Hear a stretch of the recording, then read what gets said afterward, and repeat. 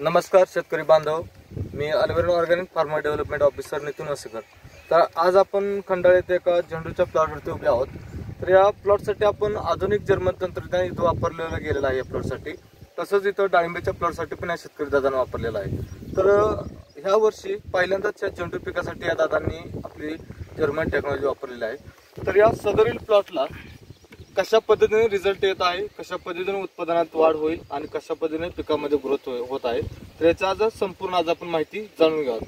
तर प्रथमतः आपण शेतकरी बांधवांची ओळख करून घ्या। दादा नमस्कार। नमस्कार। तुमची प्रथमतः आम्हाला ओळख सांगा। माझे नाव प्रताप वामन व्यवहारे, राहणार खंडाळी। ओके, हा जो झेंडूचं पीक आहे किंवा शेती आहे ती तुम्ही किती वर्षापासून करताय? हे आम्ही 5 वर्षापासून करतो। म्हणजे 5 वर्षापासून हे शेतकरी दादा या झेंडू पिकाची शेती करतात, बरोबर? तर ह्या वर्षी तुम्ही हा जो सदरील 1 एकरचा प्लॉट जो आहे तर हा व्हरायटी कोणती निवडली तुम्ही?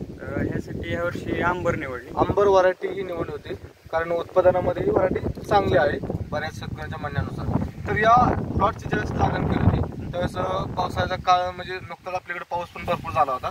मे महिन्यामध्येच पाऊस सुरू झाला चांगला आपला। त्यावेळेस तुम्ही रोपं लागवड करताना आपण जमिनीतून एक फंगोप्लस म्हणून एक जैविक बुरशीनाशक आपण दिलं होतं, बरोबर? की त्या जैविक बुरशीनाशकामुळे फंगोप्लस, तर याच्यामुळे तुम्हाला रोप लागवड केल्यानंतर तुटाळीमध्ये काय जाणवलं होतं का? नाही, एकही रोप तुटाळ झालं नव्हतं।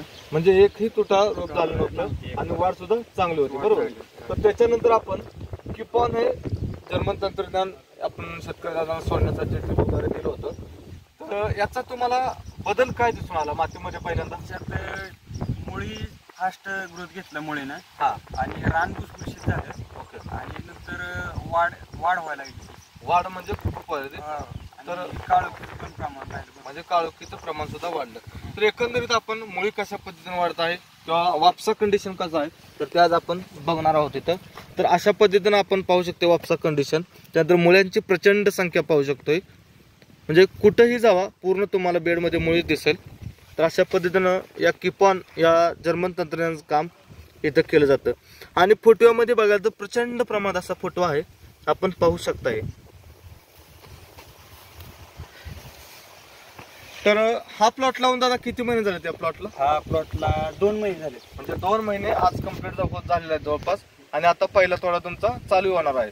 तर याचे आधुनिक जर्मन तंत्रज्ञान तुम्ही जे पिकाला वापरले याच्यामुळं तुम्हाला असं काय वाटतं की बाबा आपल्या खरंच पिकामध्ये दर्जेदार क्वालिटी येत आहे असं वाटतंय का तुम्हाला? हा, वाटते। ओके, म्हणजे एकंदरीत तुम्ही समाधानी आहात? समाधानी। तर आमचे जे फार्मर डेव्हलपमेंट ऑफिसर आहेत ते जमीर मुलाने तुम्हाला इथं मार्गदर्शन करतायत। तर त्यांच्या मार्गदर्शनाखाली हा तुम्ही आज प्लॉट डेव्हलप करताय, बरोबर? तर एकंदरीत तुम्ही समाधानी आहात का या प्लॉटच्या बाबतीत? समाधानी आहे। समाधानी आहात। आणि इतर शेतकरी बांधव जे आहेत आता आपल्याकडे आता झेंडू टोमॅटो हा चालू होता आपल्याकडे सीझन आता इथं, तर त्या शेतकरी दादांसाठी किंवा आपल्या महाराष्ट्रातील तमाम शेतकरी दादांसाठी तुमचा एक अनुभव म्हणून तुम्ही काय सांगू इच्छिता त्यांना?